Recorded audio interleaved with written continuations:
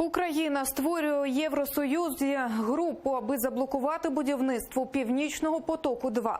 Про це заявив президент України Петро Порошенко. За його словами, цей газопровід – абсолютно політиканський проект. Хто ще активно виступає проти будівництва, хто його підтримує – дивіться далі. Україна веде переговори в Євросоюзі для створення групи протидії зведенню російського проекту газогону «Північний потік-2». За словами президента Петра Порошенко, для Кремля це не питання економічних вигод, а ось для українського бюджету загроза у майже 3 мільярди доларів. Щоб ви розуміли масштаб, 3 мільярди доларів – це та сума, яка сьогодні витрачається на всю оборону України. Вам зрозуміло, для чого він будується? Не для того, щоб там економічними факторами зробити диверсифікацію, а для того, щоб Україну оставити без грошей на фінансування нашої оборони. За словами президента, Путін не пішов далі в своїх агресивних намірах захопити українські території, бо тоді ж могла зупинитися газотранспортна мережа. Відтак Росія від Європи не отримала б сплати за газ, який транзитом перекачується через українську територію.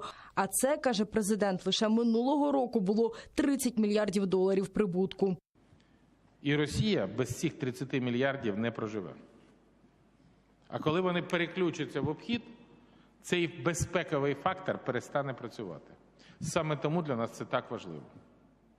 Саме тому ми зараз робимо групу в Європейському Союзі, яка має зупинити Північний поток. Саме тому ми активно ведемо переговори з Німеччиною.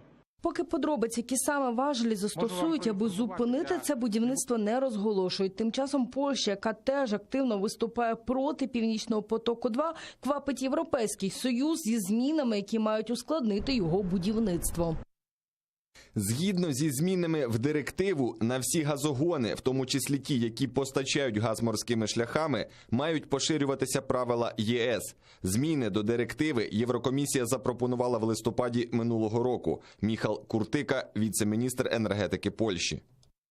Вимогу Польщі минулого тижня підтримало 10 країн ЄС, і подальша доля залежатиме вже від Австрії, яка з липня почне головувати у Раді ЄС. І тут може виникнути проблема, бо ж Австрія вже висловлювалась на підтримку будівництва, як власне його схвалює і Німеччина, на яку зараз багато сподівань, що саме їй вдасться заблокувати це будівництво. Бо ж Північний потік, який йтиме в обхід України, мають запустити вже наступного року. І тоді Росія щорічно через Балтійське море до Німеччини транспортуватиме 55 мільярдів кубометрів блакитного палива. Супротивники проекту, серед яких Польща, країни Балтії, Україна, США та Данія, певні, це лише збільшить залежність ЄС від Газпрому. А аналітики непокояться. Цей проект, який Німеччина радше розглядає як суто бізнес, може погіршити взаємини всередині Євросоюзу та Європи зі Сполученими Штатами. Вероніка Іващенко, Заман, АТР.